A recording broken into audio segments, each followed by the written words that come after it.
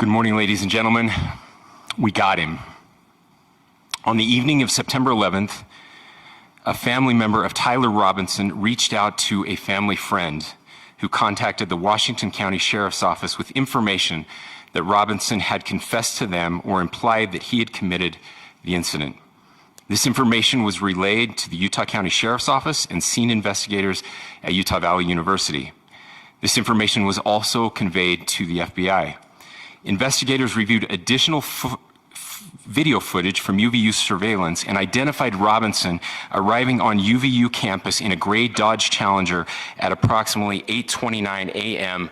on September 10th, in which he is observed on video in a plain maroon t-shirt, light-colored shorts, a black hat with a white logo, and light-colored shoes. When encountered in person by investigators in Washington County on September 12th, in the early morning hours, Robinson was observed in consistent clothing with those surveillance images. Investigators interviewed a family member of Robinson who stated that Robinson had become more political in recent years. The family member referenced a recent incident in which Robinson came to dinner prior to September 10th, and in the conversation with another family member, Robinson mentioned Charlie Kirk was coming to UVU. They talked about why they didn't like him and the viewpoints that he had. The family member also stated Kirk was full of hate and spreading hate. The family member also confirmed Robinson had a gray Dodge Challenger. Investigators identified an individual as the roommate of Robinson. Investigators interviewed that roommate, who stated that his roommate, referring to Robinson, made a joke on Discord. Investigators asked if he would show them the messages on Discord. He opened it and showed several messages to investigators and allowed investigators to take photos of the screen as each message was shown by Robinson's roommate. These photos consisted of various messages, including content of messages between the phone contact named Tyler with an emoji icon and Robinson's roommate's device. The content of these messages included messages affiliated with the contact Tyler, stating a need to retrieve a rifle from a drop point, leaving the rifle in a bush, messages related to visually watching the area where a rifle was left, and a message referring to having left the rifle wrapped in a towel. The messages also refer to engraving bullets and a mention of a scope and the rifle being unique. Messages from the contact Tyler also mentioned that he had changed outfits. I know there has been speculation as well as to the writing on those casings, those bullet casings, and I believe we have that as well. And I will share that with you now. So the area north of Campus Drive Road where the suspect crossed over, you saw some of that in the video that we released last night, consists of a grassy area with trees on the edge of the UVU campus. Investigators discovered a bolt-action rifle wrapped in a dark-colored towel. The rifle was determined to be a Mauser Model 98 30-06 caliber bolt-action rifle. The rifle had a scope mounted on top of it. Investigators noted inscriptions that had been engraved on casings found with the rifle.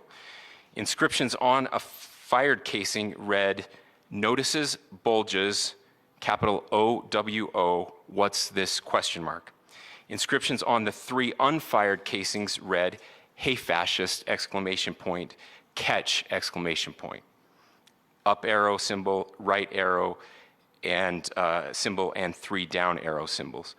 A second unfired casing read, "Oh Bella Chow, Bella Chow, Bella Chow, Chow Chow." And a third unfired casing read, "If you read this, you are gay, LMAO."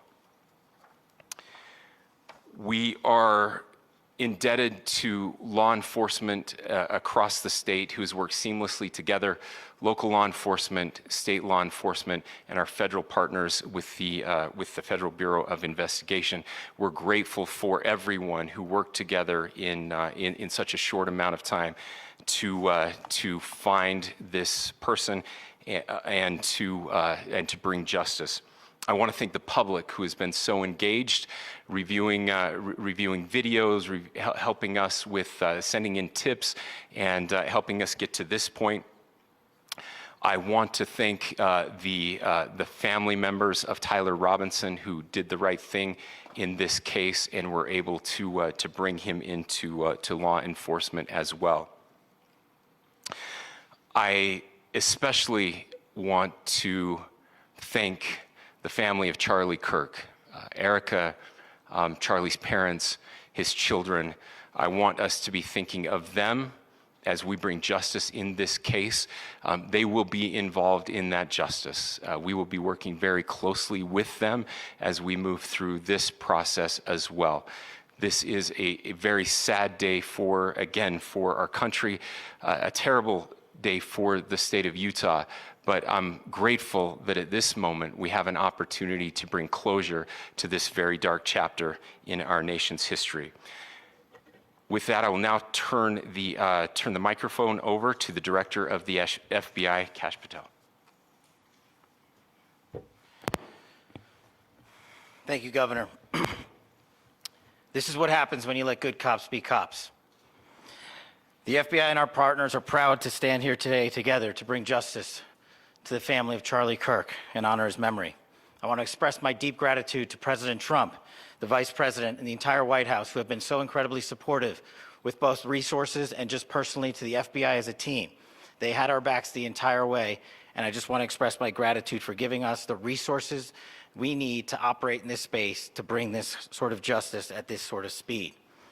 In 33 hours, we have made historic progress for Charlie. Governor Cox, our partnership has been absolutely incredible these last few days. Our partnership will endure. Your state and local partners, your sheriffs, your DPS community has been unbelievably impressive in the hardest of times.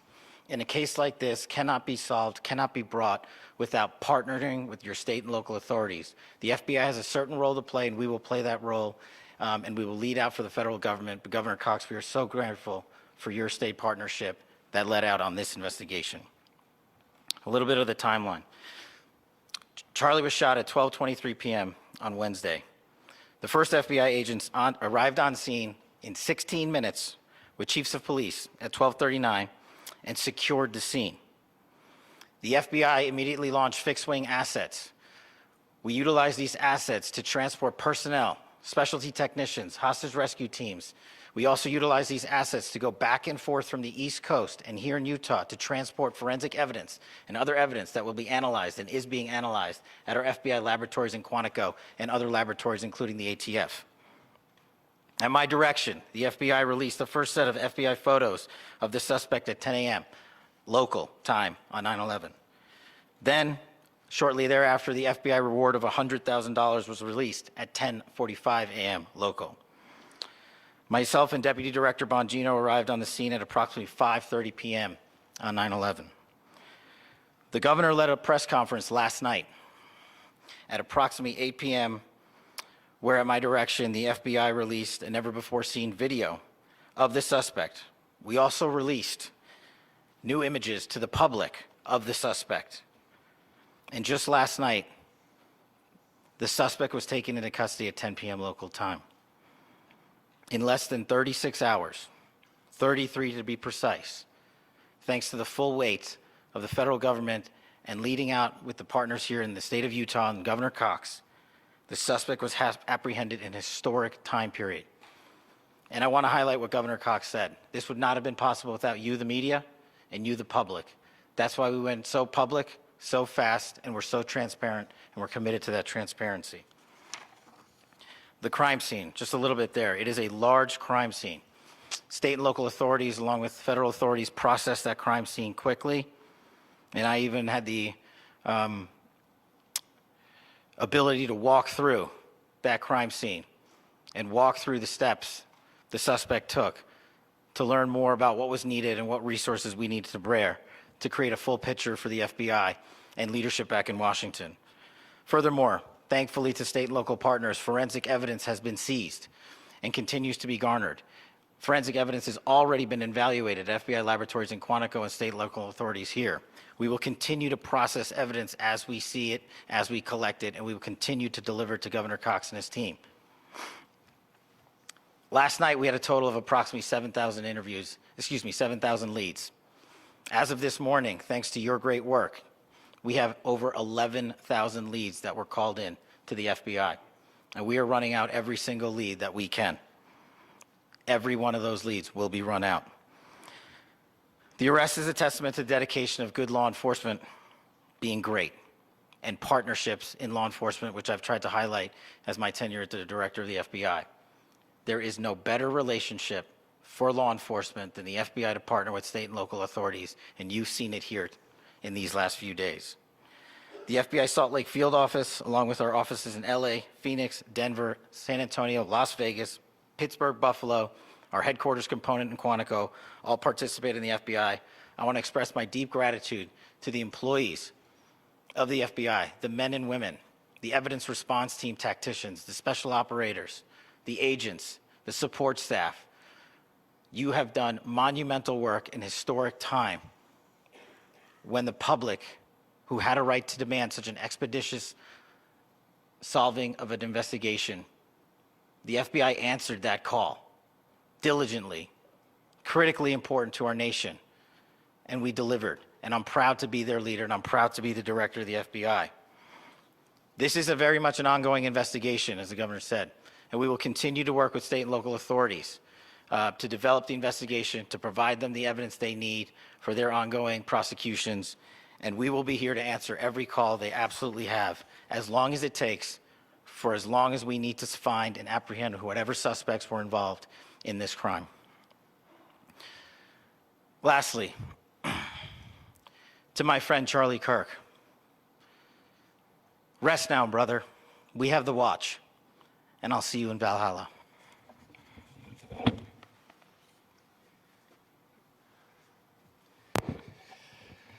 Thank you, and good morning. I would just like to take a few minutes as the sheriff to express my gratitude for everybody who has played a part in this investigation. As you know, it's been a vast, a complicated, and a very, very fast-paced investigation. You're looking at people standing up here who are running on, if they got an hour's sleep in the last couple of days, they're probably lucky. It has been very taxing. It has been so impressive, speaking on behalf of the local law enforcement, to see the cooperation that we've seen in this type of case. Across the state, sheriffs, chiefs, our state partners have stepped up and have come to the call on anything that we needed. Our county chiefs have been phenomenal. Our Utah County Attorney, Jeff Gray, who's standing up here with us, has been phenomenal in leading us through this investigation. I would like to thank the federal government for their resources, their assets. Our local team here, our FBI team, has been extraordinary in helping us work through this and bring this person to justice. Most of all, I would like to thank the public, and specifically, I would like to thank the public who turned to prayers and who turned to positiveness for us. I would like to thank them on behalf of the law enforcement community, because we needed those prayers. That's what we needed to get through this. We needed your support, and you gave it to us. We needed your patience, and you gave it to us. And I would like to thank you for the Kirk family, because that's what they need, is your support and your prayers, and that will get us through all of this. So thank you, everybody, for everybody that have stepped up. We've had such a phenomenal response to this. Thank you.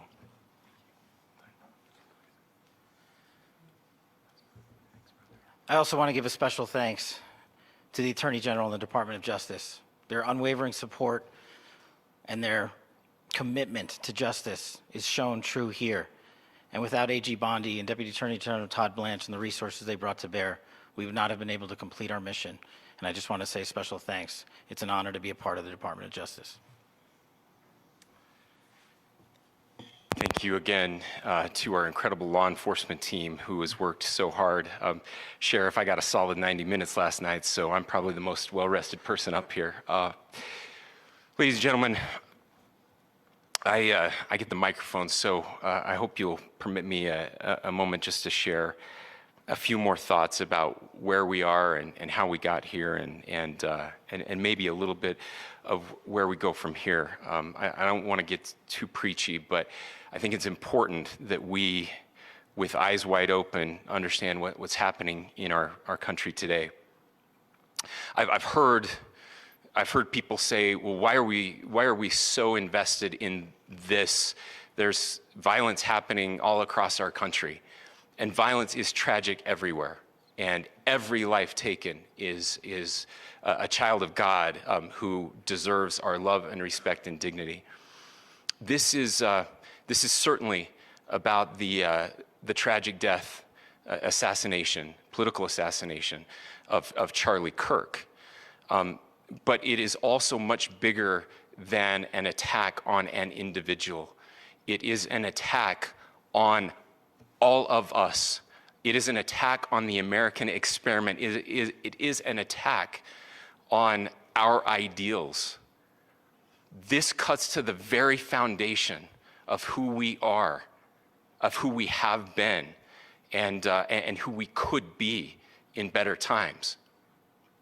Political violence is different than any other type of violence for lots of different reasons. One, because in the very act that Charlie championed of expression, that freedom of expression that is enshrined in our founding documents, in having his life taken in that very act, makes it more difficult for people to feel like they can share their ideas, that they can speak freely. We will never be able to solve all the other problems, including the violence problems that people are worried about, if we can't have a clash of ideas safely and securely. Even, especially those ideas with which you disagree. That's why this matters so much.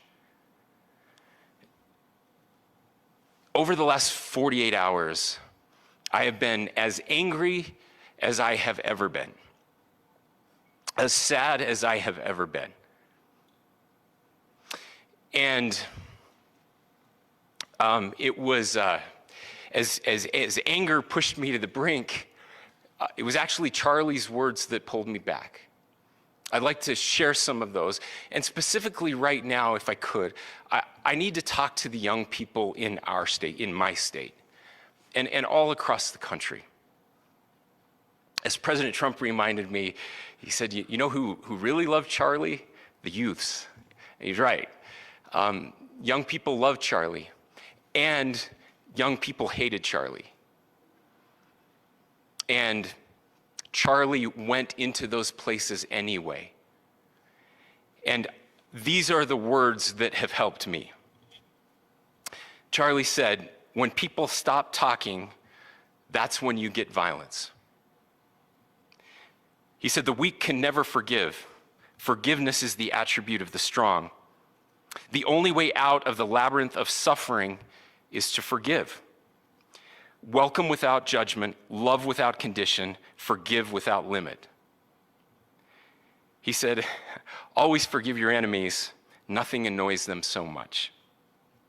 A few months ago, I referenced this last night, Charlie posted to social media, when things are moving very fast and people are losing their minds, it's important to stay grounded. Turn off your phone, read scripture, spend time with friends, and remember, internet fury is not real life. It's going to be okay. He again said, when you stop having a human connection with someone you disagree with, it becomes a lot easier to commit violence. He said, what we as a culture have to get back to is being able to have a reasonable agreement, where violence is not an option. Now, again, to my young friends out there, you are inheriting a country where politics feels like rage. It feels like rage is the only option. But through those words, we have a reminder that we can choose a different path. Your generation has an opportunity to build a culture that is very different than what we are suffering through right now. Not by pretending differences don't matter, but by embracing our differences and having those hard conversations. I think we need more moral clarity right now. I hear all the time that words are violence. Words are not violence. Violence is violence. And there is one person responsible for what happened here. And that person is now in custody and will be charged soon and will be held accountable. And yet, all of us have an opportunity right now to do something different. I want to thank my fellow Utahns. This bad stuff happens. For 33 hours, I was praying that if this had to happen here, that it wouldn't be one of us, that somebody drove from another state, somebody came from another country.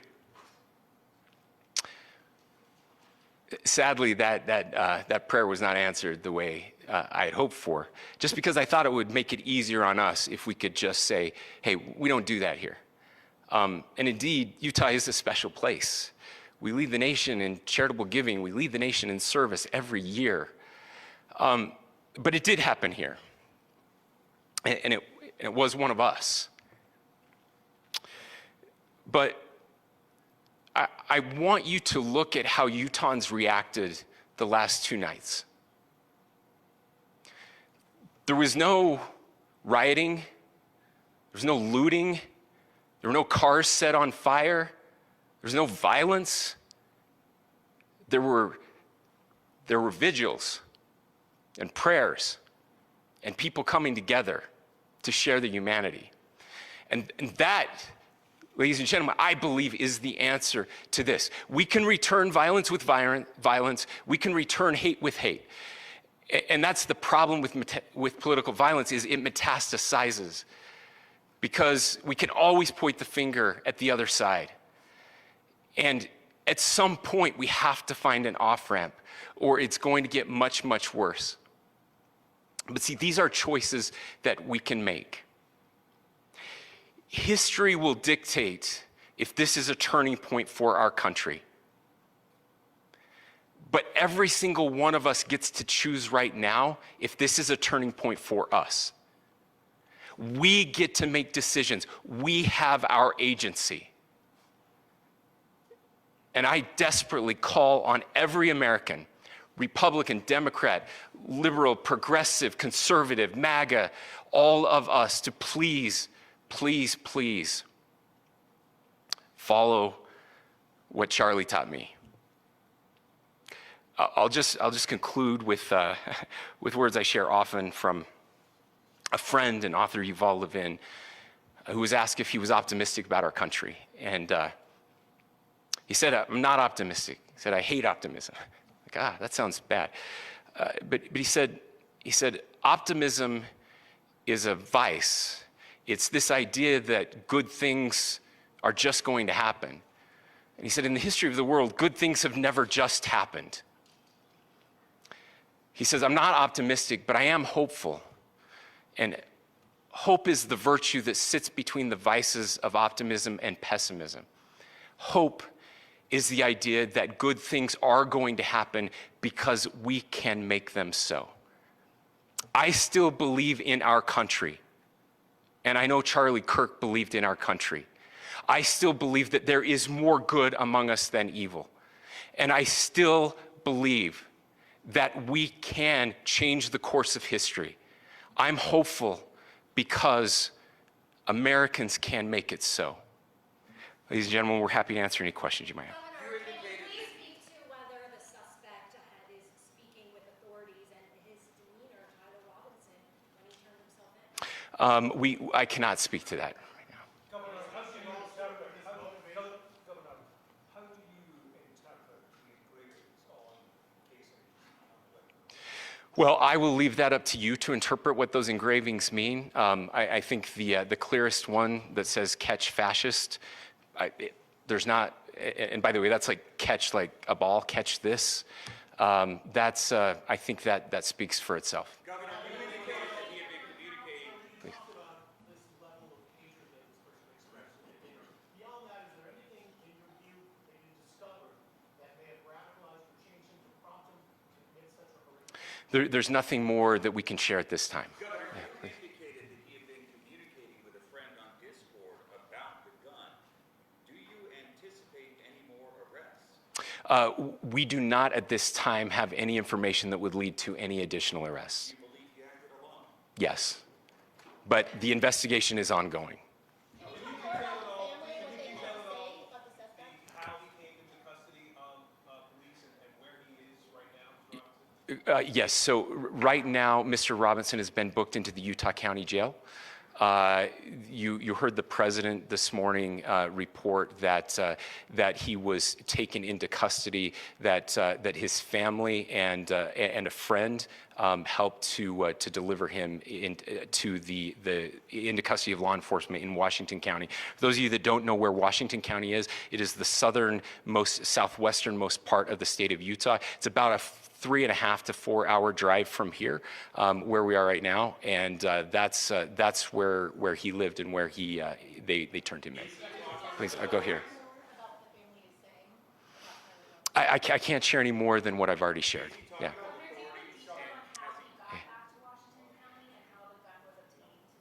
So how we obtained the gun was found here. So I don't have much more details on that. We do know that he drove. We had his car here on campus, and then we had his car going south back to the St. George. It's actually the city of Washington in Washington County. Is he talking with authorities and did he discuss a motive? I'm sorry? We don't have any information that would lead us to believe that. Yes, in fact, it was just released. Yes. Talking with authorities and did he discuss a motive? I can't answer that right now. Yeah, thank you. Over here.